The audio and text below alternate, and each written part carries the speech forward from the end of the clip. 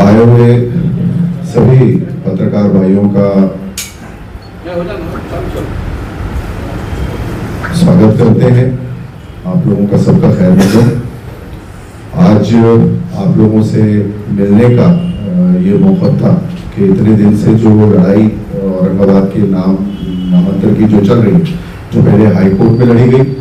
उसके बाद अभी ये लड़ाई हम सुप्रीम कोर्ट में लड़ रहे हैं। हालांकि सुप्रीम कोर्ट में दो ऐसे एक अनटूवर्ड इंसिडेंट्स हो चुके हैं जिसकी वजह से शहर के नाम की लड़ाई के अंदर एक धक्का पहुंचा है,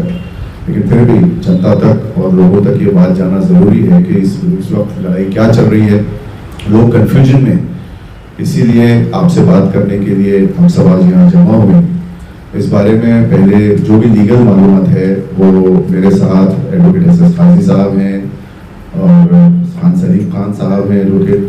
ये आपको बताएंगे। उसके बाद जो भी आपके सवाल होंगे और जो भी दौरान हम लोग जिस चीज़ से गुजरे हैं या जो जो चीज़ें हुई उस बारे में भी आपको बताया जाएगा। तो मैं पहले एस काजी साहब से रिक्वेस्ट करूँगा कि इस बारे में कुछ बात।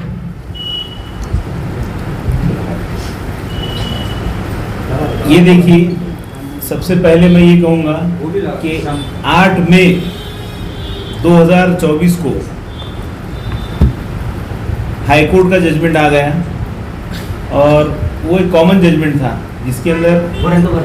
औरंगाबाद का छत्रपति संभाजी नगर रीनेमिंग और उस्मानाबाद का धाराशिव रीनेमिंग, ये दोनों भी मैटर्स को क्लब करके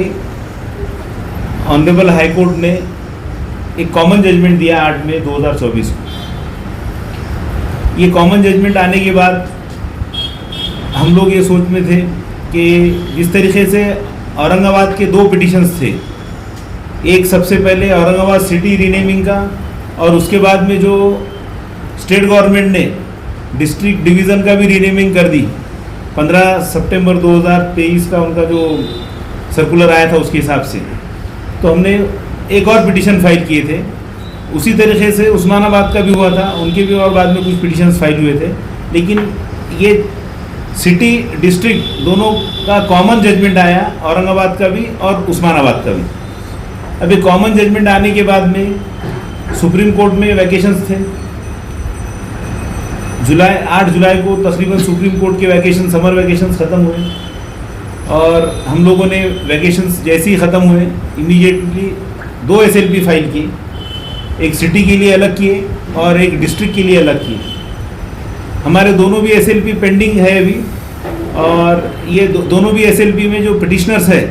हिशाम उस्मानी नंबर 1 पिटिशनर और संजय वाघमारे नंबर 2 पिटिशनर, इस तरीके से ये दोनों SLP में दोनों पिटिशनर्स हैं। और ये दोनों पिटिशनर्स हाई कोर्ट में भी थे, सिटी के मैटर्स में भी थे और डिस्ट्रिक्ट डिवीज़न के मैटर्स में भी थे। और सुप्रीम कोर्ट में ये मैटर्स पेंडिंग होने के बाद हमको ये पता चला कि उस्मानाबाद से भी जो तो कुछ पिटिशंस फाइल हुए हैं उसी जजमेंट को लेकर। और 2 अगस्त को उस्मानाबाद का जो पिटिशन था वो ऑनरेबल सुप्रीम कोर्ट के जो डिवीज़न बेंच है उन कोर्ट नंबर 5 के पास वो मैटर आया और सुप्रीम कोर्ट ने उसको डिसमिस कर दिया, ये मालूम हुआ। उसके बाद में हम लोग ने सोचे कि भाई अपना जो मैटर है ये औरंगाबाद रीनेमिंग का, इसके ग्राउंड्स अलग है, उस्मानाबाद का जो भी जजमेंट हो गया उसका इफेक्ट हम पर नहीं होगा, क्योंकि हमारे जो ग्राउंड्स हैं वो अलग है। क्योंकि उस्मानाबाद का नाम पहले धाराशिव पहले था, उस्मानाबाद नाम रखने से पहले, लेकिन औरंगाबाद का नाम पहले कभी भी छत्रपति संभाजी नगर नहीं था। और जो प्रिंसिपल्स है 1953 के ब्रॉड गाइडलाइंस है, उसके अंदर ऐसा दिया हुआ है कि अगर किसी सिटी का या डिस्ट्रिक्ट का कोई पहला नाम था तो वो फॉल बैक हो सकता है। तो इस तरीके से हमारी ये औरंगाबाद की जो पिटीशन है रीनेमिंग की, ये एक बेटर फुटिंग पे और इसमें अच्छे ग्राउंड्स हैं हमारे पास। तो हम लोग काफ़ी इससे उम्मीद लगाए हुए हैं कि इसमें अच्छा कुछ रिजल्ट इंशाल्लाह हम लोग लाएंगे। लेकिन अभी हुआ इसमें ऐसा कि हम लोगों को ये 7 तारीख को पता चला कि 6 तारीख के दिन कुछ यहाँ कुछ पत्रकार परिषद में ऐसा जो दूसरे एक पिटिशनर्स हैं उन्होंने बताया कि उनका मैटर 9 तारीख को लिस्ट हो गया है बोलकर। तो जैसे ही ये हमारे जो पिटिशनर है हिशाम उस्मानी और संजय वाघमारे को पता चला, इन्होंने मुझे ये बात बताई। फिर मैंने वहाँ सुप्रीम कोर्ट में हमारे ऑफिस से इंक्वायरी कराए तो पता चला कि वो मैटर ऑलरेडी लिस्ट हो गया है, जो हमारे बाद में फाइल हुआ। क्योंकि हमारा मैटर तो पहले फाइल हुआ, ये दोनों भी जो मैटर्स है, लेकिन हम लोग उसको जो है तो मतलब कब लगाना क्या लगाना अभी हम सोच ही रहे थे, क्योंकि उसमें हम लोगों की ये स्ट्रेटेजी रही है कि हमको इसमें कोई अच्छा सीनियर काउंसिल मिलना चाहिए, क्योंकि ये शहर का नाम बचाने की कोशिश चल रही है। तो इसके अंदर मैं भी मतलब एक वकील हूँ, लेकिन मैं जो भी सीनियर काउंसिल रहेंगे उनको अच्छा असिस्ट करूँगा। मेरे साथ में खान सलीम खान भी है, उनका भी यही मौक़ूफ़ है कि भाई हमने इसमें जो तो अच्छा वकील लगाकर उनको हमने सही तरीके से असिस्ट कर ये शहर के लिए सही तरीके से एक अच्छी फ़ाइट लड़कर शहर का नाम बचाने की पुरजोर कोशिश करना है। जैसा कि हमने बॉम्बे हाई कोर्ट में भी किए, हमारे साथ ये पिटीशन के अंदर जो है तो अंतुरकर साहब बोलकर एक सीनियर काउंसिल थे, उन्होंने मैटर आर्ग्यू किए। वैसा दूसरे पिटिशनर्स की तरफ से भी सीनियर काउंसिल से सीनियर वकील थे, लेकिन अब हाईकोर्ट का जो फैसला है वो आखिरी फैसला नहीं है। अब हमारे लिए सुप्रीम कोर्ट लास्ट कोर्ट है, इसके लिए हम लोगों ने पूरी स्ट्रेटेजी बनाए हैं। अब उसके अंदर हमको कि ये वहाँ पहुँचने के बाद, क्योंकि हमको जैसी 7 तारीख को मालूम हुआ तो हम लोग इमीडिएट यहाँ से, मैं भी अपने सब काम जूनियर्स को बोल दिया कि आप लोग यहाँ 2-3 दिन काम देखिए। मैं, हिशाम उस्मानी और खान सलीम खान, हम तीनों भी यहाँ से दिल्ली पहुँचे मॉर्निंग फ्लाइट से 8 तारीख के। और हम लोगों ने ये कोशिश हमारी चल रही थी कि अब 9 तारीख को जो एक SLP ऑलरेडी लग गई है औरंगाबाद की, उसके साथ में हमारी भी SLP टैग करा दे, ताकि दोनों भी हियरिंग साथ में हो। तो हमने पूरी कोशिश करके अब सिर्फ हमारा मैटर टैग ही होना था। तो हमारे जो एडवोकेट ऑन रिकॉर्ड है वहाँ पर सैयद सऊद शकील अहमद के फर्जंद है, कहे कि एक बार आप उनसे पूछ लो, उनके जो एडवोकेट ऑन रिकॉर्ड है जिनका पिटीशन 9 तारीख को लगा हुआ है, कि वो मतलब वो लोग प्रोसीड होने वाले हैं, उनके साथ कौन सीनियर काउंसिल है, क्योंकि हमको भी सीनियर काउंसिल लगाना था। हम लोगों के जहन में 2-3 सीनियर काउंसिल के नाम थे, जिसमें कपिल सिब्बल साहब का भी नाम था, राजू धवन है और हेगड़े साहब है, कामत साहब है वगैरह, ऐसे मुख्तलिफ नाम हमारे सामने चल रहे थे। और हमको 8 तारीख को किसी एक सीनियर काउंसिल को उसमें फाइनल करना था, क्योंकि हमारे पास वक्त बहुत कम था। ये हमको 7 को मालूम हुआ और हम लोग 8 को सुबह पहुंच गए दिल्ली।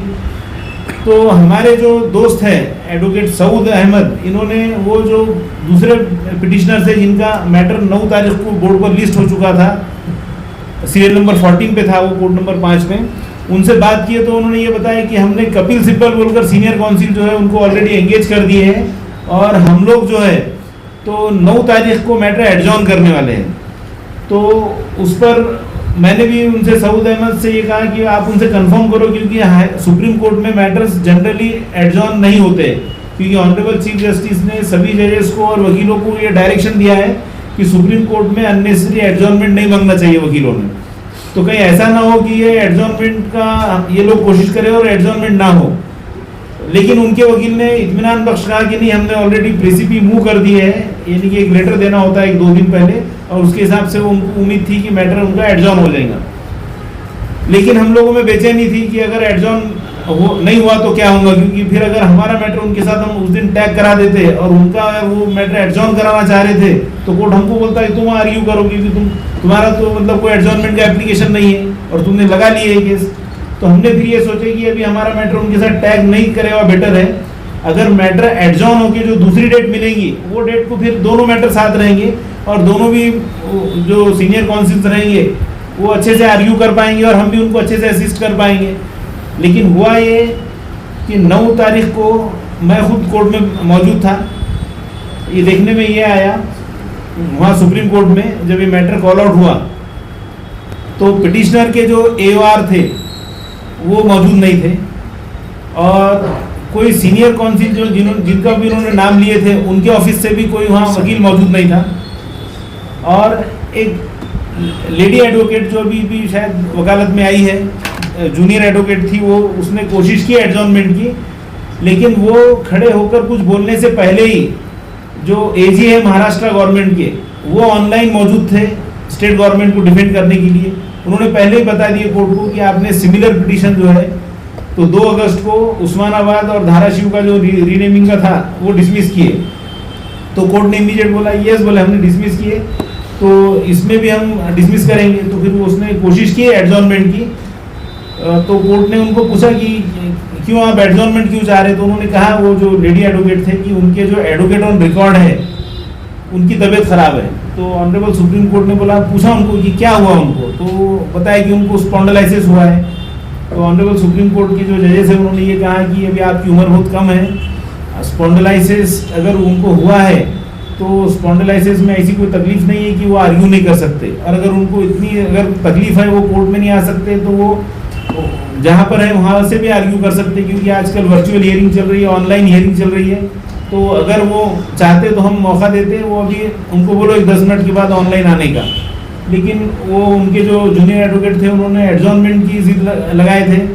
तो बाद में फिर एजी ने भी थोड़ा बताया कि कोर्ट को सिमिलर इश्यू जब ऑलरेडी डिसमिस हो गया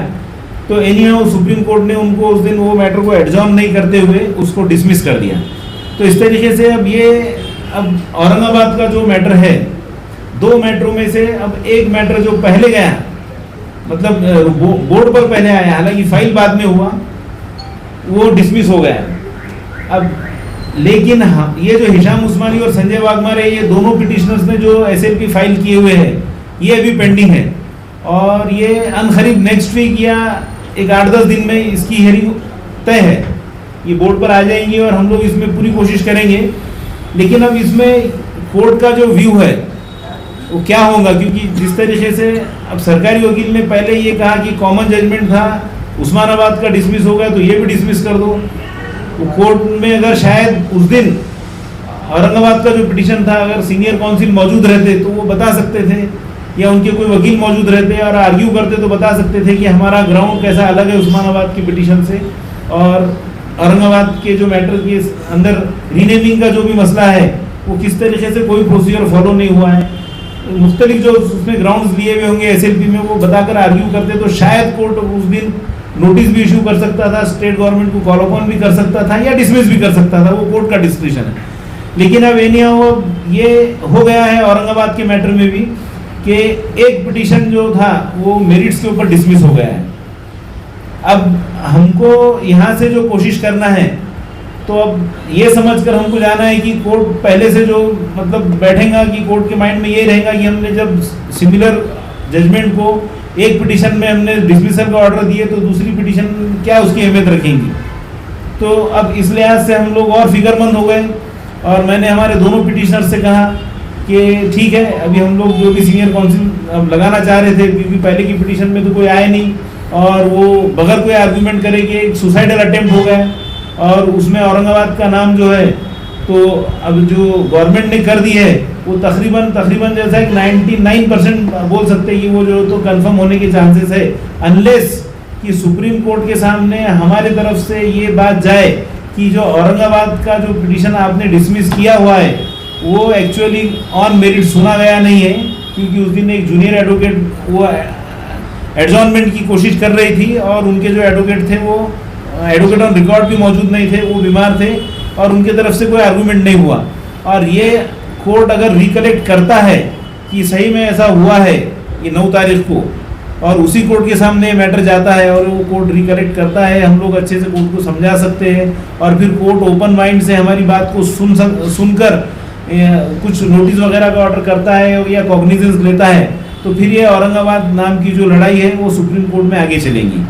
लेकिन अभी फिलहाल के लिए तो बस मैं यही कहूँगा कि ये जो भी हो गया है, एक औरंगाबाद नाम का जो हम लोग नाम बचाने की कोशिश में लगे हुए हैं, ये इसको एक बहुत बड़ा ये घात पहुंचा है, या इसको मतलब अपाइज कर दिया गया है हमारी पिटीशन को, मैं ये कहूँगा। और इससे पहले भी 2023 में यही जो पिटिशनर थे जिनका 9 तारीख को मैटर था, इन्होंने ऐसी उजलत किए थे जब हमको हाईकोर्ट स्टे नहीं दे रहा था, तो उस वक्त में भी हमने भी एसएलपी फाइल किए थे। हमने मतलब कि मैं उसमें वकील था और हिशाम उस्मानी और संजय वाघमारे पिटिशनर थे, हमारी पिटीशन एसएलपी वहाँ फाइल हुई, और यही जो पिटिशनर थे ये लोगों की भी पिटीशन वहाँ फाइल हुई थी। ये लोगों की पिटीशन आई थिंक मार्च के महीने में हियरिंग को आ गई थी, और हम लोग ऐसे ही रश करके वहाँ गए थे टैग कराने के लिए, और मैंने खुद ऑनरेबल चीफ जस्टिस चंद्रचूड़ साहब के कोर्ट में इसको मेंशन किया था कि आपके कोर्ट में ये matter serial number so and so पे आज लगा हुआ है और हमारा सिमिलर मैटर है, तो उसको उसके साथ टैग कीजिए। लेकिन ऑनरेबल चीफ जस्टिस ने उस टाइम पे मुझे ये कहा था कि आपका मैटर हम अप्रैल के फर्स्ट वीक में सुनेंगे बोलकर हमको डेट नहीं दिए थे। लेकिन उस दिन भी हमने ये देखे थे कि यही पिटिशनर्स के जो एडवोकेट ऑन रिकॉर्ड थे, उन्होंने ये रिक्वेस्ट किए थे कोर्ट के सामने कि इसमें कपिल सिब्बल आने वाले हैं और आज हमको एडजॉर्नमेंट दो। तो उस दिन भी कोर्ट ने उनको बोला था कि भाई आपके कोई भी सीनियर काउंसिल आने वाले तो हम रुकने वाले नहीं हैं, मैटर बोर्ड पे लिस्ट हुआ है, आपको जो आर्ग्यू करना है वो आर्ग्यू करो। तो उस दिन भी उनके जो एडवोकेट ऑन रिकॉर्ड थे वो कुछ आर्ग्यू नहीं किए थे और उस दिन भी कोर्ट ने उनकी एसएलपी वहीं पर डिसमिस कर दिया था। उसका इफेक्ट ये हुआ था बाद में अप्रैल के फर्स्ट वीक में जब हम लोगों की एसएलपी आई, हम लोगों ने उसमें हेगड़े साहब बोलकर जो सीनियर काउंसिल है जिन्होंने हिजाब का भी मैटर बहुत ताकत से लड़ा था सुप्रीम कोर्ट में, उनको हमने इसमें अपने साथ रखा था, मैं उनको असिस्ट कर रहा था और हेगड़े साहब ने बहुत अच्छा आर्ग्यू किया और कोर्ट को बताया कि ये नाम को जो औरंगाबाद नाम है ये यूज़ में होना जब तक हाईकोर्ट में मैटर पेंडिंग है। तो उस टाइम पे भी फिर जो ऑफिस की नोट आई कि सिमिलर मैटर ऑलरेडी डिसमिस हो गया मार्च के महीने में, तो ऑनरेबल चीफ जस्टिस और उनके साथ जो जजेस बैठे थे उन्होंने ये बताया कि भाई आपकी पिटीशन पहले सिमिलर डिसमिस हो गई है तो हम अब इसमें कोई इंटरफियर नहीं करेंगे। तो भी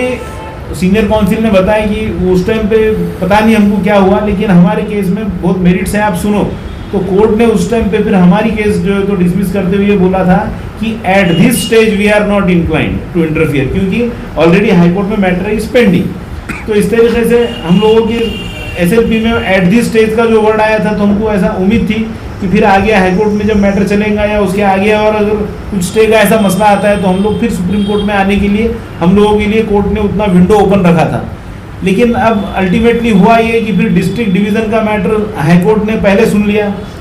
आई थिंक अक्टूबर में उसकी हियरिंग हो गई थी। फिर हमने बहुत इंसिस्ट किया ऑनरेबल हाईकोर्ट को कि अगर आप डिस्ट्रिक्ट डिवीज़न का पहले सुन के उसको फाइनल करना चाह रहे हैं तो सिटी का भी कीजिए, क्योंकि सिटी का उससे पहले फाइल हुआ।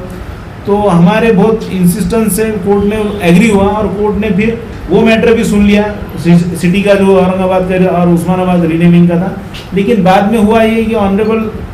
डिवीज़न बेंच जो है हाईकोर्ट का उसने कॉमन जजमेंट वो सब देने से हम लोग हमारे जो ग्राउंड्स थे डिस्ट्रिक्ट डिवीज़न के वो अलग थे, सिटी के अलग थे, वो सही तरीके से हमको ऐसा लगा कि हम मतलब हमने कोर्ट में पुटअप किए, उसके बावजूद भी वो शायद कोर्ट के नज़रों से रह गए, क्योंकि वो अक्टूबर में कोर्ट ने डिस्ट्रिक्ट डिवीज़न का मैटर सुन लिया था और मई के महीने में जजमेंट आया, तो तकरीबन 5-6 महीने से ज़्यादा का वक्त हो गया। तो ये सब बातें सुप्रीम कोर्ट में हम लोग अच्छी तरीके से बताने वाले हैं। और अब जो भी ये मैटर के अंदर हो गया 9 तारीख को, इसका इफेक्ट मैंने भी आपके सामने बताया जो भी हो सकता है। तो अब हम लोग और इसमें मज़ीद यही कोशिश करेंगे कि कोर्ट के सामने ये बात हम लोग अच्छे से वाज़ेह तौर पर लाएंगे इंशाल्लाह कि औरंगाबाद का जो पिटीशन है उसमें अभी तक मेरिट्स पे हियरिंग नहीं हुई है और आप हमारी ये जो पिटीशंस है जो हिशाम उस्मानी और जो तो संजय वाघमारे दोनों पिटीशंस ने फाइल किए हुए हैं, इस पर आप गौर कीजिए, इसके ग्राउंड्स पर गौर कीजिए और अगर सुप्रीम कोर्ट इन पर गौर करता है, अपना माइंड ओपन रख के कि अर्लियर पिटीशन जो तो मेरिट्स पर डिसाइड नहीं हुई, तो हमको इससे काफ़ी उम्मीद है कि सुप्रीम कोर्ट से हमको इंसाफ मिलेगा। Thank you.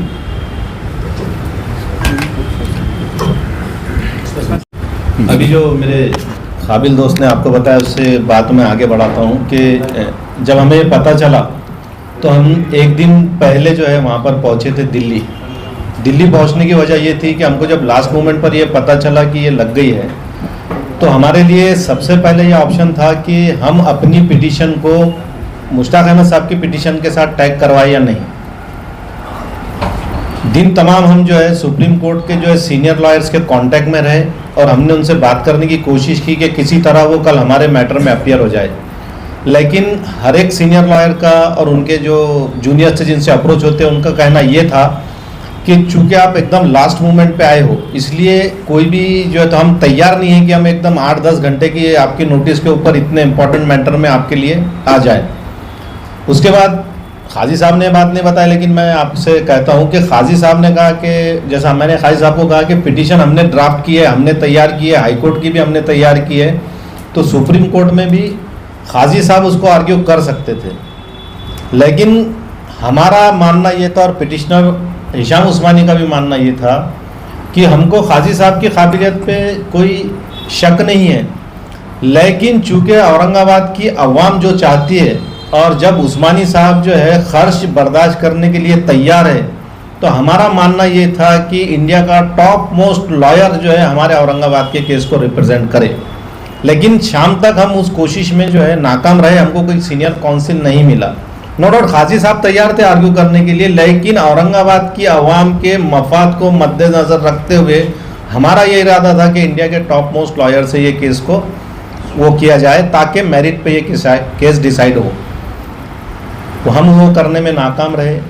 हमने टैग नहीं किया था, इसलिए हमारी पिटीशन अभी जो है और सुप्रीम कोर्ट में पेंडिंग है। अभी काजी साहब ने आपको बताया कि 2 पिटिशंस जो है तो रिजेक्ट हो चुकी है। मैं आपको जजमेंट उसका फॉरवर्ड करता हूँ, 1 लाइन का ऑर्डर है। अभी हम तो ट्रायल कोर्ट में काम करते हैं। ट्रायल कोर्ट में अगर एक सादी एप्लीकेशन भी कोर्ट के सामने आती है तो डिटेल रीज़न ऑर्डर दिया जाता है, रीजन ऑर्डर। अभी ये 300 पेज की और 400 पेज की पिटीशन सुप्रीम कोर्ट में फाइल होती है और उसका अगर 1 लाइन में ऑर्डर आ जाता है, नो डाउट आपको ये बताया गया है कि देखिए उसमें आर्गूमेंट नहीं हुआ। दोनों केसेस में जो है, एक केस में वकील साहब नहीं पहुंच सके, दूसरे में शायद वीडियो कॉन्फ्रेंसिंग की वजह से कुछ प्रॉब्लम आया, तो ये मैटर मेरिट पे डिसाइड नहीं हुआ। बीइंग अ लॉयर मुझे भी लगता है कि इसके अंदर जो नुकसान पहुंचना था वो पहुंच चुका,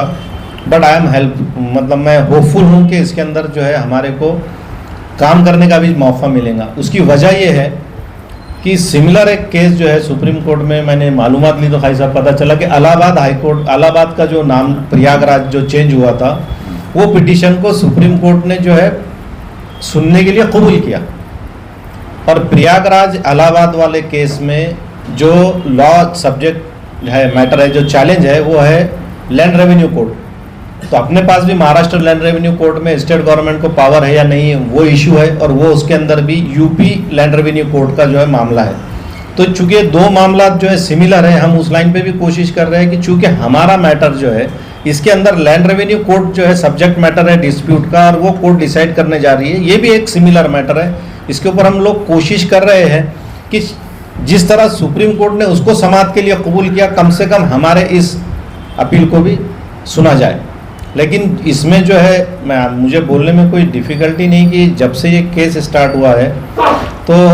हमको संभलने का मौका नहीं दिया गया। मतलब औरंगाबाद में हाईकोर्ट की बेंच होने के बावजूद भी इस केस को जो है तो बॉम्बे में दाखिल किया गया। अब उसकी क्या वजूहत थी, लेकिन चूँकि वहाँ दाखिल किया गया था, हमारे लिए भी मजबूरी ये थी कि हमारे को वहाँ बॉम्बे जाना पड़ा। उसके बाद सुप्रीम कोर्ट में जाने की पहली बार भी गड़बड़ी की गई, दूसरी बार भी की गई, और रिज़ल्ट आपके सामने है। लेकिन हम आवाम को जो है औरंगाबाद की यकीन दिलाते हैं। हिशाम उस्मानी यहाँ बैठे, इन्होंने बोला है कि जो भी फाइनेंशियल मसाइल है, जो भी है, मैं उसके लिए तैयार हूँ, सिर्फ आप लोग सजेस्ट करें। आज स्टिल हम लोग जो है, मैं काजी साहब, हम जो है सीनियर काउंसिल्स के टच में, और हम हर मुमकिन कोशिश कर रहे हैं कि चाहे इस केस का फैसला जो हो, औरंगाबाद की अवाम ने हम पे जो एतमाद किया, हम इंडिया के टॉप मोस्ट लॉयर को वहाँ पर खड़े करेंगे और इंशाल्लाह हर मुमकिन कोशिश करेंगे कि वो समाअत के लिए कबूल हो जाए कम से कम। शुक्रिया। हमारे दोनों काबिल वकीलों ने आपके सामने कोर्ट की सारी लीगल पहलुआत पे रोशनी डाली। इसी तरीके से आप जानते हैं कि मैं एक सियासी बैकग्राउंड से भी आता हूँ। कांग्रेस का पहले मैं प्रेसिडेंट हुआ करता था, लेकिन कांग्रेस, एनसीपी और शिवसेना, ये 3 पार्टियों ने उद्धव ठाकरे की उस ख्वाहिश को पूरी मंजूरी दी कि मेरे बाप की ये ख्वाहिश थी, इसका नाम, शहर का नाम तब्दील होना चाहिए। इसीलिए कांग्रेस, राष्ट्रवादी और शिवसेना ने मिलकर ये नाम तब्दील किया। उसके बाद उसके क्रेडिट की होड़ में शिंदे और फडणवीस सरकार जो है उसने भी इसके नाम में एक तरमीम करके, एक एडिशन करके ये नाम मजीद और बड़ा करके उसको चेंज कर दिया। अगर बात करें औरंगाबाद की जनता बिल्कुल भी ये नहीं चाहती, तो जो हम जो केस लड़ रहे हैं, ये हमारी भी ख्वाहिश है कि ये शहर औरंगाबाद के नाम से ही जाना जाए, लेकिन हम तो सिर्फ वहां पे लड़ने के लिए नुमाइंदे हैं, हम सिर्फ सैनिक हैं। ये लड़ाई औरंगाबाद की जनता की है जो हम लड़ रहे हैं। हम ये कोशिश कर रहे हैं कि इसके अंदर जो भी लड़ाई हो वो बिल्कुल एक कायदे से हो, जैसी लड़ाई होनी चाहिए, उसमें सीनियर काउंसिल्स का इन्वॉल्वमेंट होना चाहिए, उसमें कहीं भी कोई खर्च में कमी नहीं होनी चाहिए। जैसे हमने अनिल अंतुलकर साहब को जब लगाया तो इस वक्त वो भी बॉम्बे हाई कोर्ट के one of the top paid senior lawyers, senior councils में से आते हैं, तो वहाँ भी हमने बिल्कुल कहीं कोई कोताही नहीं की। इस सुप्रीम कोर्ट के अंदर भी हमारी यही कोशिश है कि जो सबसे बेस्ट सीनियर काउंसिल्स अवेलेबल है इंडिया के अंदर, उसको हम इस केस में लगाएं। और ये जो एक नफरत की राजनीति चलाई जा रही है मुल्क के अंदर, नाम तब्दीली की, जिसमें ज़्यादातर के हम देखते हैं कि 90% के ऊपर जो नाम है वो माइनॉरिटी बेस्ड जो जिसका नाम, शहर का नाम आता है, उसको तब्दील करके एक तरफ से एक कम्युनल राजनीति बीजेपी और बाकी दीगर राइट विंग ग्रुप्स जो है वो चला रहे हैं। तो हमारी लड़ाई औरंगाबाद के नाम के साथ साथ इस आइडियोलॉजी से भी है, इस विचारधारा से है, जिसमें ये नाम तब्दील करके एक तरीके से हिस्ट्री को वाइप आउट कर देना चाह रहे हैं। माइनॉरिटी का जो भी इस मुल्क के अंदर जो कंट्रीब्यूशन है, जो रिप्रेजेंटेशन है इसमें, उसको ये खत्म कर देना चाह रहे हैं ताकि आगे जो इनकी मंसूबे इसको ये इस तरफ जा सके। लेकिन अनफॉर्चुनेटली इसमें ये देखने में आया है कि कांग्रेस और राष्ट्रवादी के जो नेता लोग हैं वो पीछे से भी इसमें खेल खेल रहे हैं। ये लोग जो है अपने नुमाइंदों को आगे करके वोट की हमारी लड़ाई के अंदर भी बाधा पैदा कर रहे हैं या उस लड़ाई को कहीं ना कहीं कॉम्प्लिकेटेड कर रहे हैं, और इस मकसद को जो औरंगाबाद की जनता जो कायम रखना चाहती है इस नाम को, उस मकसद को भी ये खराब कर रहे हैं। हमारा यही आपके माध्यम से औरंगाबाद की जनता से ये कहना रहेगा कि हमने ये जो लड़ाई हम लड़ रहे हैं ये इंडिविजुअल तौर पे नहीं लड़ते हुए, जैसे आज यहाँ खान सलीम खान साहब बैठे, ये नुमाइंदा काउंसिल के भी जो लीगल टीम है उसके पैनल से आते हैं, उसके बाद आपके जमात इस्लामी है, उसके बाद आपके इसमें तामीर मिल्लत कमेटी है, खालिद अहमद साहब उसमें है, और जो तब्दील नामुखालिफ कमेटी है जो पहले से 95 से ये केस लड़ती आ रही है, उसमें एम ए लतीफ़ साहब और वो के लॉयर रहे हैं। हम लोगों ने अपनी पिटिशंस जब हमने हाईकोर्ट में दाखिल की तब भी हम लोगों ने ये पिटिशंस इन लोगों से शेयर की, उसमें जो भी सजेशंस और ऑब्जेक्शंस आए कि इसमें प्लस माइनस क्या करना है वो हमने करके दिया। अभी भी सुप्रीम कोर्ट के अंदर भी जाने से पहले हमने सबसे राब्ता किया और सबसे एक तरीके से मुत्तफ़िक़ा राय करके उनके साथ अपनी पिटिशंस को शेयर करके फिर हमने वो पिटिशंस लगाई है, ना कि भाई मेरे पास पैसा है इसलिए मैं चला जाऊं, ऐसा हमने बिल्कुल भी इसके अंदर कोई मौक़िफ़ अपना रखा नहीं है। हम आज भी हर चीज़ के लिए ओपन है कि अगर कोई जो वाकई में इसमें नॉलेज रखता है, क्योंकि सजेशन के लिए बहुत लोग आते हैं लेकिन जो नॉलेजेबल लोग हैं इस बारे में, वो अगर आके हमको कोई सजेशन देना चाहते हैं या उस बारे में कुछ अपनी खिदमत पेश करना चाहते हैं तो हम उसके लिए ओपन हैं, क्योंकि ये लड़ाई सबकी है और ये सबकी तरफ से लड़ी जा रही है। अभी इसमें सिर्फ इतना ही रहेगा कि ये तो लड़ाई हम कोर्ट में लड़ रहे हैं, लेकिन जो जनता है उनसे भी अपील रहेगी कि वो इस नाम के बारे में बिल्कुल मायूस ना हो। ये एक लीगल बैटल के साथ साथ एक सियासी मुद्दा है। ये पार्टियों ने एक सियासत के मद्देनजर या सियासत को ध्यान में रखते हुए इस मुद्दे को जन्म दिया है और ये सियासत में ये खेल खेला गया है सारा। तो औरंगाबाद की जनता को इस नाम को बरकरार रखना चाहिए, इस नाम को हर जगह जहां जहां डिस्प्ले कर सकते हैं वहां डिस्प्ले करना चाहिए, दिखाना चाहिए, बोर्ड्स लगाने चाहिए, अपनी गाड़ियों पर, अपनी दुकानों पे, घरों पे, सब जगह दिखाना चाहिए। और ये बिल्कुल नहीं सोचना चाहिए कि ये मुद्दा अगर कोर्ट से कहीं इसको कोई धक्का पहुंचता है तो ये खत्म हो गया। ये जिंदा रहेगा और हम इसको वापस लेना चाहेंगे। इहसान भाई मुझे बताइए, आपने जब कमजोर करने के लिए ऐसा जो हुआ इससे पहले साजिश लगती है आपको कुछ? देखिए जो उस्मानाबाद का जो केस हुआ और औरंगाबाद का जो केस हुआ, तो ये सारे जो याचिकाकर्ता इसमें हमको देख रहे हैं तो ये कांग्रेस और राष्ट्रवादी के ही लोग हमको नजर आ रहे हैं। तो ये लग रहा है कि कहीं ना कहीं ये पार्टियों ने जो डिसीजन लिया था उद्धव ठाकरे को खुश करने के लिए कि उनके बाप की ख्वाहिश थी कि ये शहरों के नाम बदल दिए जाए, तो मुझे लगता है कि इन्होंने अपने लोगों को, क्योंकि मैंने सुप्रीम कोर्ट में भी जब मैं खड़ा था तो कुछ लॉयर्स की यही बात चल रही थी कि सरकार ने और पार्टियों ने अपने एजेंट्स को आगे करके इस केस को एक तरीके से सपोटाज कर दिया है। सपोटाज कहते हैं कि किसी मुआज को लीड करना और वहां जाके उस चीज को सामने डाल देना दुश्मन के कि अब आप इसको हलाक कर दें। सर, शरद पवार साहब ने इस पर मीटिंग बुलाई थी सिल्वर ओक में, सभी पक्ष के लोग वहाँ पे मौजूद थे, उसमें जो याचिकाकर्ता थे ये भी लोग वहाँ पे गए थे, और ऐसा नहीं लगता कि शरद पवार ने समर्थन किया है औरंगाबाद नाम को। ये विषय में आप क्या बोलोगे? शरद पवार साहब की तो ये ख्वाहिश है, उनकी पार्टी की भी ये पॉलिसी है, क्योंकि ये जब फैसला हुआ 29 जून 2022 को, उसमें कांग्रेस के 12 मंत्री और शरद पवार की पार्टी के 14 मंत्री पूरे उस कैबिनेट मीटिंग में मौजूद थे, जो आज ये कहते हैं कि हमारी पार्टियां उसमें नहीं थी। और दूसरी चीज, इसके अंदर शिवसेना के उद्धव ठाकरे गट के सिर्फ 13 मिनिस्टर्स थे, क्योंकि बाकी आप याद करें अगर तो वो गुवाहाटी में शिंदे के साथ उस वक्त सारे के सारे फरार हो गए थे। और एक और न्यूज है जिसका मैं यहाँ उल्लेख करना चाहूंगा कि सवेरे 10 साढ़े 10 बजे की जो न्यूज चली थी 29 तारीख को, उसमें ये आया था कि एक सिल्वर ओक्स पे एक मीटिंग हुई है शरद पवार साहब के अध्यक्षता में, जिसमें औरंगाबाद का नाम का जो प्रस्ताव है वो लाया जाएगा। इस बारे में उन्होंने जब बताया तब उस वक्त कांग्रेस के नेताओं ने वॉकआउट किया। तो शरद पवार साहब या कांग्रेस या राष्ट्रवादी ये नहीं कह सकते कि हमको इसके बारे में पता नहीं था। लेकिन शाम होते होते मुझे लगता है जो कांग्रेस के नेता थे, जिसमें अशोक चौहान और ये बाकी नेता शामिल थे, ये सारे भी शरद पवार की और उद्धव ठाकरे की लाइन पे आ गए और इन्होंने शाम में 5 बजे होते होते इस प्रस्ताव के अंदर पूरा समर्थन किया। खुद उद्धव ठाकरे ने अपने भाषण में कहा है कि जब ये प्रस्ताव आया, ठहराव आया, तब कांग्रेस के और राष्ट्रवादी के मंत्रियों द्वारा स्टैंडिंग ओवेशन यानी खड़े रह के तालियां बजाकर इस प्रस्ताव को स्वागत किया गया, इस प्रस्ताव को मंजूरी दी गई। तो इस बारे में तो कोई दो राय नहीं हो सकती कि इसमें कांग्रेस, राष्ट्रवादी और शिवसेना ये मिली हुई नहीं थी। और इसके अंदर जो है बाकी जो दीगर पार्टियां हैं यहाँ पे, इन्होंने साइलेंट रह के, इन्होंने कोई इसमें एक्शन नहीं लिया और इन्होंने कहीं कोई ऑब्जेक्शंस इसमें रेज नहीं किए और उन्होंने भी साइलेंट रह के इस प्रस्ताव को होने दिया और औरंगाबाद की जनता को अपने तौर पे ये लड़ाई लड़ने के लिए छोड़ दिया। सर, ये जो अटेम्प्ट कब करने वाले, एक राय मशवरा आपका हुआ था जो सब लोगों में आपने बताया जैसा, आपने तभी सीनियर काउंसिल को कंसल्ट करके तब सारी चीज़ें क्यों नहीं की? और आप अभी बता रहे हो कि एंड टाइम पे ना उनको मिला ना आपको मिला, और अभी जैसा कि वकील साहब ने बताया कि अब 0.5% ही रहा, तो हो सकता है।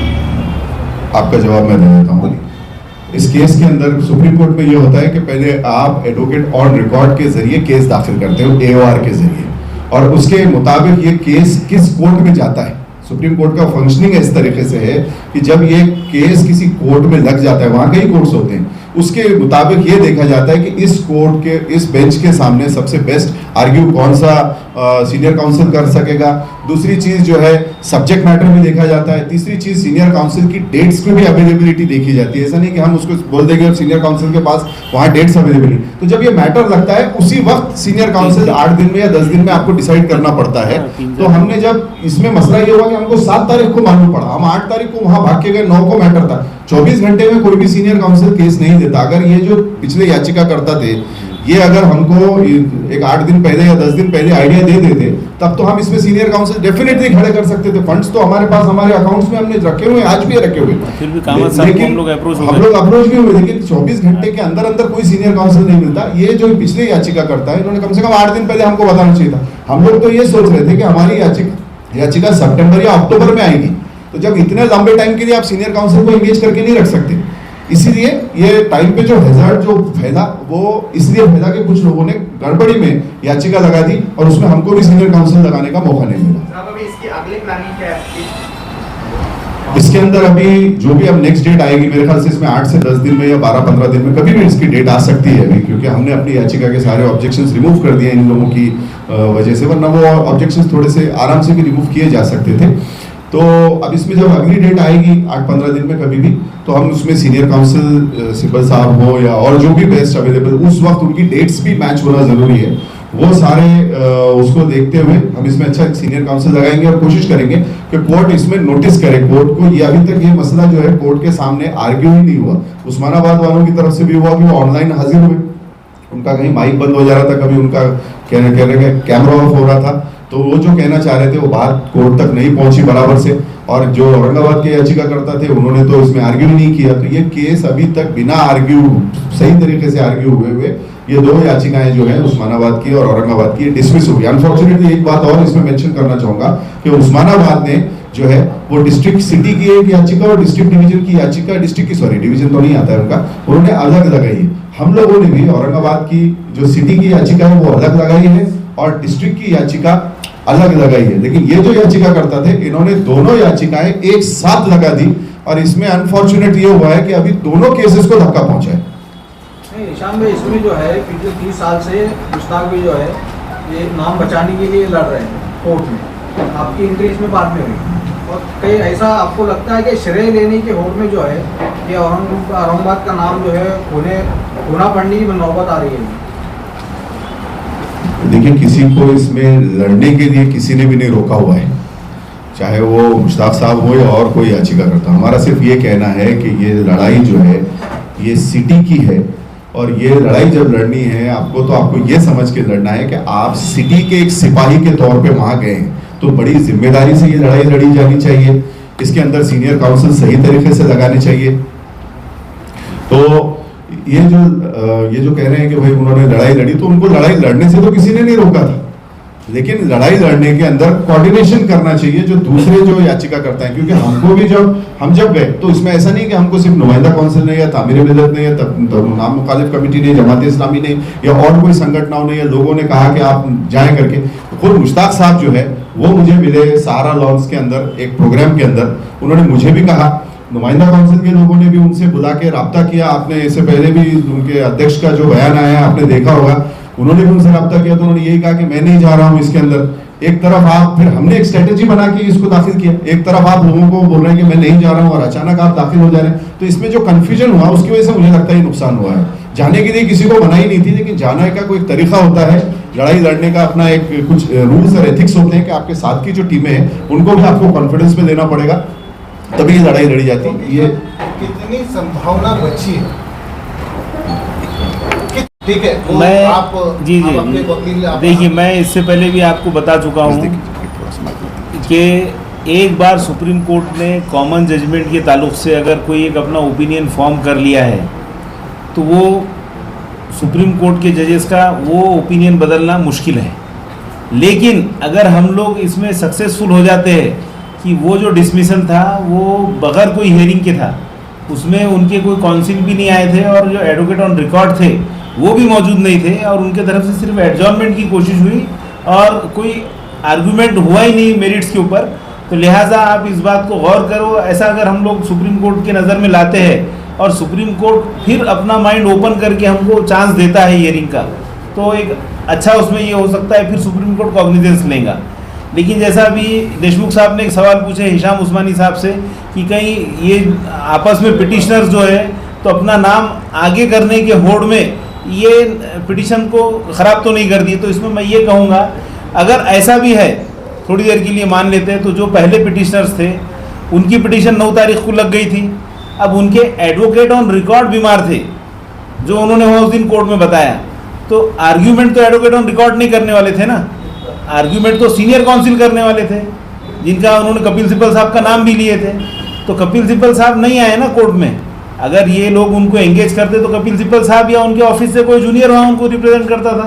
बोलता था साहब इसको थोड़ी देर बाजू रखो सर दूसरे कोर्ट में बिजी है आएंगे, या फिर उनके तरफ से कोई एडजॉर्नमेंट होता था। लेकिन मैं खुद कोर्ट में मौजूद था, उसमें जो लड़की वहाँ खड़ी थी उसने यही बोली कि उनके जो एडवोकेट ऑन रिकॉर्ड है वो बीमार है और इसलिए एडजॉर्नमेंट चाह रहे, उन्होंने सीनियर काउंसिल का नाम भी नहीं लिया वहाँ पर। तो इस तरीके से मैं ये कहूँगा कि ये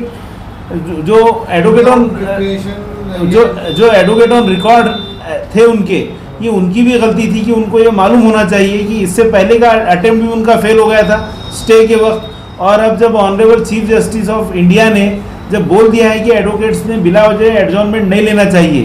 तो ये भी मुमकिन है कि अगर ये एडजॉर्नमेंट की कोशिश करे और कोर्ट अगर एडजॉर्न ना करे मैटर, तो इन्होंने on the other hand council को प्रिपेयर रखना चाहिए था, ये आर्गूमेंट करो बोलकर आप जो भी सीनियर काउंसिल उन्होंने लगाए। तो इस तरीके से मैं ये कहूँगा कि एक ये अटेम्प्ट जो हुआ 9 तारीख का, तो ये किसी भी तरीके से मुझे तो नहीं लगा ऐसा कि ये लोग मतलब इतने सीरियस थे कि ये मतलब हमको सुप्रीम कोर्ट में कोई अच्छा रिप्रेजेंट करना है केस। आपने सही वर्ड यूज किया, सुसाइड अटेम्प्ट। जी जी ठीक। यानी इसमें आपको देखिए हमारी याचिका के सारे ऑब्जेक्शंस ये सब रिमूव हो चुके हैं, अभी कोर्ट के ऊपर है, उसका नंबर वो सारा क्लियर हो गया है। 8 या 10 दिन में या 12 दिन में कभी भी कोर्ट जो है इस याचिका को लिस्ट कर देगा, उस वक्त हमको सीनियर काउंसिल के लेके वहाँ पे खड़ा रहना पड़ेगा। हम AOR को लेके या बाकी को लेके खड़े नहीं रह सकते, उस दिन आपको खड़े रहना पड़ेगा क्योंकि कोर्ट को किसी भी हाल आपको कन्विंस करना है उस दिन, हम एडजॉर्नमेंट नहीं मांग सकते। सर आज शहरियार में औरंगाबाद में, क्योंकि औरंगाबाद शहर का मसला है, शहरियार में इस बात के चर्चे है, उसमें मुश्ताक साहब का मौक़िफ़ भी एक है और आपका मौक़िफ़ भी एक है। जैसा अभी आपने थोड़ी देर पहले कहा कि मैंने तमाम जिम्मेदारों से मशवरा किया, उनको एतमाद में लिया, उसके बाद में आगे बढ़ा। सवाल ये है ठीक है आपने मशवरा किया, बड़े हैं सीनियर, सारी बात सही है, मुश्ताक अहमद साहब से आपने बराह रास्त मुलाकात क्यों नहीं की या उनसे आप मिलती क्यों नहीं गई, ये सवाल गूंज रहा है शहर। मुश्ताक साहब ने, जैसे मैंने अभी थोड़ी देर पहले आपको बताया कि उन्होंने खुद मुझे सारा लॉन्स में, एक हमारे दोस्त हैं आसिफ भाई, रोशन गेट पे रहते हैं, उनकी बेटी की शादी में मुझे वो वहाँ मिले और उन्होंने मुझे खुद खड़े रह के साइड में उन्होंने मुझे दिया कि मैं आपसे कुछ बात करना चाहता हूँ, और उन्होंने मुझे कहा कि हिशाम साहब अब मैं सुप्रीम कोर्ट जाने में इंटरेस्टेड नहीं हूँ, इस बार सुप्रीम कोर्ट आप जाएं, हमारी तरफ से आपको नेक ख्वाहिशात हैं और मैं इस चीज़ से या इस मैटर से अब मैं विड्रॉ होता हूँ, मैं दस्तबरदार होता हूँ और ये बात मैंने उनसे यही कहा कि हम बैठ के जिम्मेदारों के सामने बात करेंगे, लेकिन उन्होंने कहा नहीं, मेरा क्लियर मौक़िफ़ है कि मैं नहीं जाने वाला हूँ। उसके बाद जब नुमाइंदा काउंसिल ने मुझे जब बुला के पूछा कि आप जाने वाले हैं या नहीं जाने वाले, मैंने उनके सामने कहा कि मैं जाने का पूरा इरादा रखता हूँ, मेरे पास अपनी सारी तैयारियाँ पूरी मौजूद हैं। उसके बाद उनसे भी जब नुमाइंदा काउंसिल के जिम्मेदारों ने इन्होंने रब्ता किया, उन्होंने पूछा, और शहर के और दीगर भी कुछ जिम्मेदार हैं, उन्होंने भी पूछा, उन्होंने सबको यही कहा कि मैं जाने वाला नहीं हूँ। इस बार जो है सुप्रीम कोर्ट में हिशाम साहब जाने वाले, मैंने उनको कह दिया है। तो जब उन्होंने खुद हमको ये बात कहा कि मैं नहीं जा रहा हूँ, तो हमारा उसमें उनसे वापस से फिर से पूछने का कहाँ से कोई वो आ जाता है। दूसरी चीज़, अगर वो जा रहे थे तो हमको वो 8-10 दिन पहले अगर इन्फॉर्म कर देते कि मैं इसमें जा रहा हूँ, तो हम लोग भी अपना सीनियर काउंसिल तैयार रखते और हमारे ऑब्जेक्शंस और वो सारे रिमूव करके हम पूरी तैयारी से रहते हैं। जैसे अभी काजी साहब ने बताया, हमको 7 तारीख को ये बात मालूम पड़ी और 8 तारीख को हम दौड़े दौड़े सब ये दिल्ली पहुंच गए। लेकिन एक बात ये भी थी कि याचिका उनकी लगी थी, वो लोग वहाँ पे कोई भी मौजूद नहीं थे, हम तो सिर्फ एक डिफेंडिंग पार्टी थे, हम फिर भी वहाँ मौजूद खड़े थे। पिछले साल भी 2023 में इसी तरीके से एक सुसाइड अटेम्प्ट हुआ और इस बार भी एक सुसाइड अटेम्प्ट हुआ, जिसकी वजह से औरंगाबाद को नुकसान हुआ। हमारा किसी पे कोई इल्ज़ाम तराशी करना कोई मकसद नहीं है, सिर्फ ये है कि लोगों तक जो सच्चाई है वो जानी चाहिए और ये लड़ाई के अंदर क्या चल रहा है ये लोगों को सही सही पता होना चाहिए, नहीं तो लोग जो है वो संभ्रम में। सर हमारे कल मुश्ताक साहब का इंटरव्यू कवर किया मेरे चैनल के ऊपर, तो बातों में 27-28 साल से लड़ रहा हूँ। उनका नजरिया बोलने का मतलब ये था कि मेरा मौक़िफ़ बहुत मजबूत है, मेरी पिटीशन बहुत मजबूत है, तो लिहाजा मेरा ज़्यादा हक बनता है। यानी आप बीच में आए, इशारा ये था कि मैं दूसरे लोग बीच में क्यों आए, इसके ऊपर क्या बोलना चाहेंगे? इंटरव्यू मौजूद है मेरे चैनल के ऊपर। देखिए, शहर सबका है, जितना हमारा है उतना उनका भी है, जितना आप लोगों का है और बाकी जनता का है। तो जो भी अगर वो लड़ रहे हैं तो उनका शुक्रिया, बहुत अच्छी बात है, उन्होंने लड़ाई लड़ी।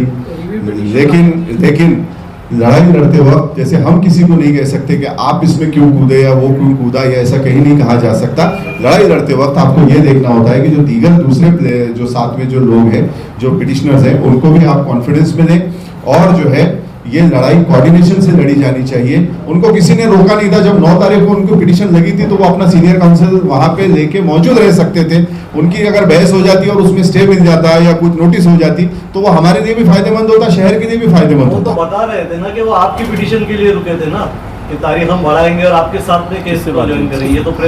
हमारे से उनकी ऐसी कोई बात नहीं हुई, ना हमारे तो उनका कोई मैसेज आया और ना हमारे पास ऐसी कोई बात आई। मैंने जो बताया कि मुझे लास्ट जून की मेरी मुलाकात हुई, उसमें उन्होंने मुझे यही कहा था कि मैं नहीं जाने वाला हूं, आप जाएंगे। उसके बाद अगर उन्होंने लगाया था तो मुझे कह सकते थे या फिर आपके नुमाइंदा काउंसिल को कह सकते थे, सब कुछ कह सकते थे। और हमने उनकी याचिका के अंदर कहीं भी कोई डिस्टर्बेंस क्रिएट नहीं किया। 9 तारीख को भी हमने टैग नहीं करवाया कि ये जो चाहे ये अपनी याचिका के साथ कर सकते हैं। उनकी तरफ से सीनियर काउंसिल्स नहीं आए, उनकी तरफ से AOR नहीं आए, जिसकी वजह से कोर्ट ने नाराज होकर ये याचिका डिसमिस कर दी। आपके ऊपर भी इल्जाम लग रहा है कि जैसे मुश्ताक साहब की तरफ से बताया गया कि आप MLA के इलेक्शन को देखते हुए इस चीज में आए हैं और आप MLA बनने ख्वाहिश बन रहे। देखिए, ये लड़ाई 2022 से चल रही है। अगर मुझे MLA बनना हो या MP बनना हो या कुछ बनना हो तो आप देख सकते हैं कि मेरा जो अपॉइंटमेंट हुआ था कांग्रेस डिस्ट्रिक्ट प्रेसिडेंट पे, जो मेरे जो काउंटर पार्ट थे कल्याण काड़े, वो इस वक्त कहाँ बैठे हैं? वो लोकसभा में बैठे हैं। और मुझे कांग्रेस की तरफ से और बाकी दीगर पार्टियों की तरफ से इसमें लालच भी दी गई थी, पॉलिटिकल ब्राइब भी किया गया था। अगर मुझे MLA बनना होता है या इस तरीके से अगर, तो मैं ये धूप में बाहर ये लड़ाई क्यों लड़ रहा होता? मैं वहाँ पे अंदर से एक तरीके से एक दलाली करके या उनसे हाथ मिलाकर मैं वहाँ पे उस सदनों में पहुँच सकता था। बात यह है कि ये लड़ाई अभी हम लीगली लड़ रहे हैं, अगर ये लड़ाई पॉलिटिकल भी लड़ना पड़े तो हम उसके लिए भी तैयार हैं। ये पार्टियां ये ना सोचे कि हम सिर्फ लीगल लड़ाई लड़ेंगे और समाज सेवा करते रहेंगे और पॉलिटिकल सारे काम ये करेंगे, माइनॉरिटीज के, SC STs के वोट्स ये देंगे और उसके खिलाफ फैसले ये लेंगे। हम बिल्कुल बर्दाश्त नहीं करेंगे। हमको आज एज अ माइनॉरिटी कहें या एज अ जनता कहें, हम जो लड़ाई लड़ रहे हैं, हमने ये लीगल लड़ाई लड़ी। अगर पॉलिटिकल लड़ाई लड़ने की बात आए तो हम पॉलिटिकली भी तैयार हैं। इन पार्टियों को हम जरूर इनको आईना दिखाएंगे कि हम आपके ये इस डिसीजंस को तस्लीम नहीं करते। आप वोट्स देते हैं माइनॉरिटी का और आप एंटी माइनॉरिटी फैसले करते हैं वहां सत्ता में जाके, ये बिल्कुल बर्दाश्त नहीं किया जाएगा। जवाब दीजिएगा, अभी जब चुनाव होंगे तो संभाजीनगर कहा जाएगा या औरंगाबाद कानूनी तरीके से? नहीं, ये इसके लिए जो इलेक्शन कमीशन का जो नोटिफिकेशन है वो तो अभी औरंगाबाद ही है और अभी आने वाले इलेक्शंस में भी उसको औरंगाबाद ही बोला जाएगा, अनलेस इलेक्शन कमीशन की उतनी तैयारी ना हो। और जैसा कि मैं पहले भी कह चुका हूँ कि अभी हम लोगों का वहाँ मैटर पेंडिंग है, एसएलपी हम लोगों की वहाँ पेंडिंग है, नहीं कि हिशाम उस्मानी और संजय वाघमारे की। अब एक एसएलपी जैसा डिसमिस हो गई, बार बार उसका ही हम लोग सवाल कर रहे हैं कि भाई वो डिसमिस अगर नहीं होती या उस दिन अगर उनके तरफ से कोई सीनियर काउंसिल प्रेजेंट रहता तो जो भी नताइज आते, अगर सीनियर काउंसिल को सुनने के बाद डिसमिस होती तो हमारी केस के अंदर और इफेक्ट कम हो जाता। मगर अब जैसा कि उन्होंने सीनियर काउंसिल उनके वहाँ मौजूद ही नहीं थे,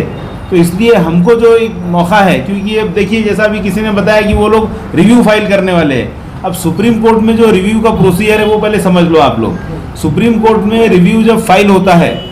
तो एडवोकेट ऑन रिकॉर्ड के थ्रू रिव्यू फाइल होने के बाद जो ऑनरेबल जजेस होते हैं वो रिव्यू को सिर्फ उनके चैम्बर में पढ़ लेते हैं और उसमें कोई वकील की हियरिंग नहीं होती है। मतलब अगर पिटिशनर के कोई वकील कुछ आर्ग्यू करना चाहे तो उनको कोई चांस नहीं हुआ आर्ग्यू करने का। उनके रिव्यू को जो जजेस पढ़ने के बाद में अपना ओपिनियन फॉर्म करते हैं कि ये रिव्यू को रिजेक्ट करना है या रिव्यू के अंदर कुछ कॉग्निजेंस लेना है। तो इसलिए मैं ये कहूँगा कि रिव्यू के तो 99.9% चांसेस जो है ना तो सुप्रीम कोर्ट में नहीं होते हैं, क्योंकि सुप्रीम कोर्ट में ऐसा अभी तक तो देखने में नहीं आया है कि रिव्यू में सुप्रीम कोर्ट ने कोई बहुत मतलब ऐसा एक बार डिसमिस कर दिया तो उसको ओपन करके फिर सुना है। तो मैं ये कहूँगा कि उसमें तो अब हियरिंग होना नहीं है, क्योंकि चलो रिव्यू भी अगर वो फाइल भी कर देते हैं, लेकिन जो हिशाम उस्मानी और संजय वाघमारे की एसएलपीज अभी पेंडिंग है, इसमें हियरिंग होना है, क्योंकि ये अभी तक सुनी गई नहीं है। अभी इसमें हमारा जो भी ग्राउंड है वो कोर्ट को सुन के जो भी डिसाइड करना है तो करना है। तो इस तरीके से हमको अगर थोड़ा वहाँ स्टैंडिंग का एक चांस मिल जाता है, जैसा कि कोर्ट अगर अपना माइंड ओपन कर देता है कि पहले के जो पिटिशंस थे वो बगैर मतलब आर्गूमेंट के डिसमिस हुए, आपका बोलना सही है, अब आप आर्ग्यू करो, तो हमको एक अच्छा स्टैंड मिल जाएगा आर्गूमेंट का। और वी आर होपफुल, और हम लोग उस तरीके से इसमें जो तो अच्छे सीनियर काउंसिल्स के साथ जाने वाले हैं, जैसा लिस्टिंग होने वाली है उसमें एक बहुत देर 14 डेज के अंदर अंदर लिस्टिंग के चांसेस है इस केस के। ठीक, वो एक पिटिशनर थे किसी एक वकील की तरफ से, बाकी उनका हमारे साथ कोई टैगिंग नहीं था, कुछ नहीं था। उन्होंने भी एक पिटिशन दाखिल की थी और उसके अंदर कोई सीनियर काउंसिल ये वो किसी की तरफ से, सीनियर काउंसिल हाईकोर्ट में सिर्फ 2 लोगों की तरफ से लगाए गए थे। एक मुश्ताक अहमद साहब की तरफ से मुशाला साहब ने लगाए थे और मेरी तरफ से अनिल अंतुरकर, मेरी और संजय वाघमारे साहब की तरफ से अनिल अंतुरकर साहब को लगाया गया था। बाकी औरंगाबाद की तरफ से सीनियर काउंसिल किसी ने भी नहीं लगाए थे। इसमें जो बहस भी हुई वो अनिल अंतुरकर साहब ने और मुशाला साहब ने की है इसके अंदर। ये जो मामला हुआ है सर पूरा, इसमें देखकर तो यही लग रहा है कि मुश्ताक साहब और आपकी जंग चल रही है। ये आपस की लड़ाई में औरंगाबाद का नुकसान नहीं हो रहा है?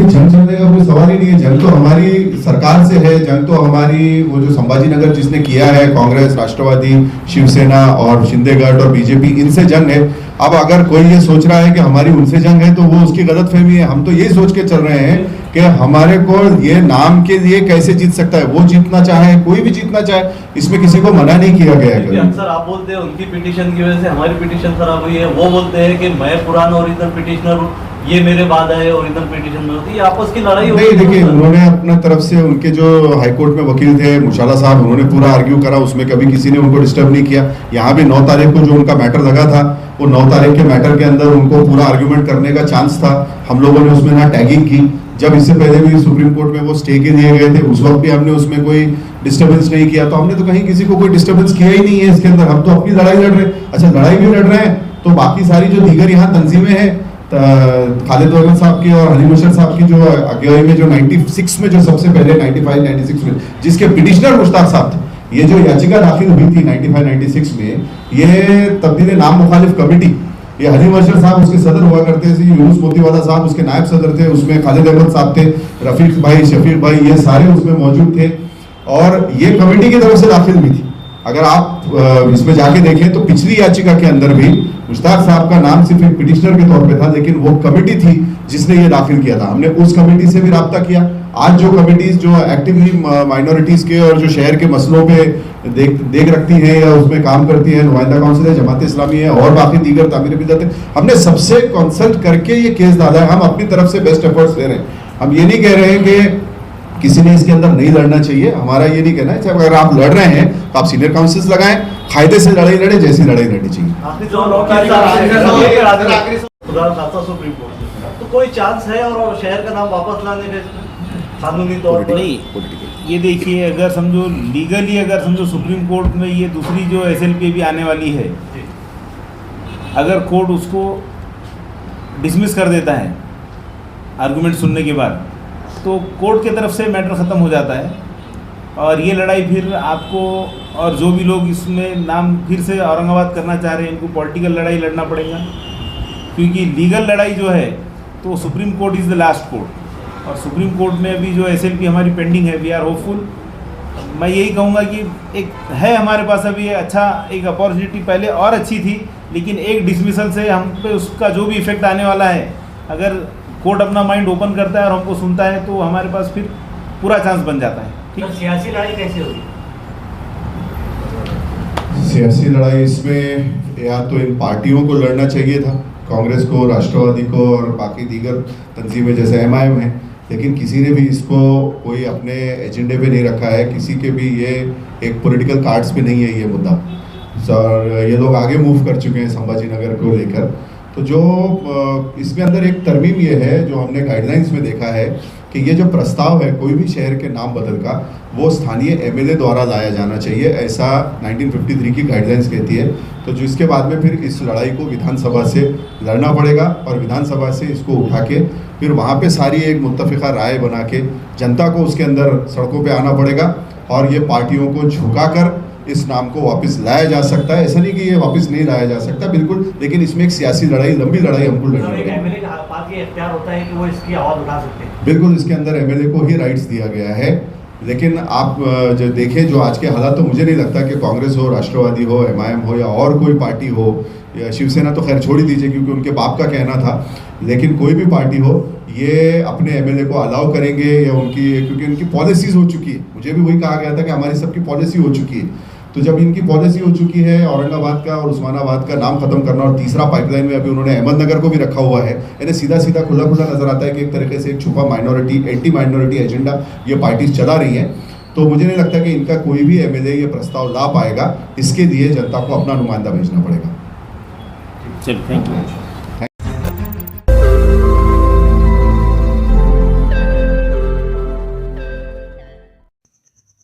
रोज नई खबरों को देखने के लिए हमारे औरंगाबाद समाचार चैनल को सब्सक्राइब कीजिए और नोटिफिकेशन पाने के लिए हमारे बेल आइकन को दबाइए ताकि हर खबर की नोटिफिकेशन आपको मिलती रहे।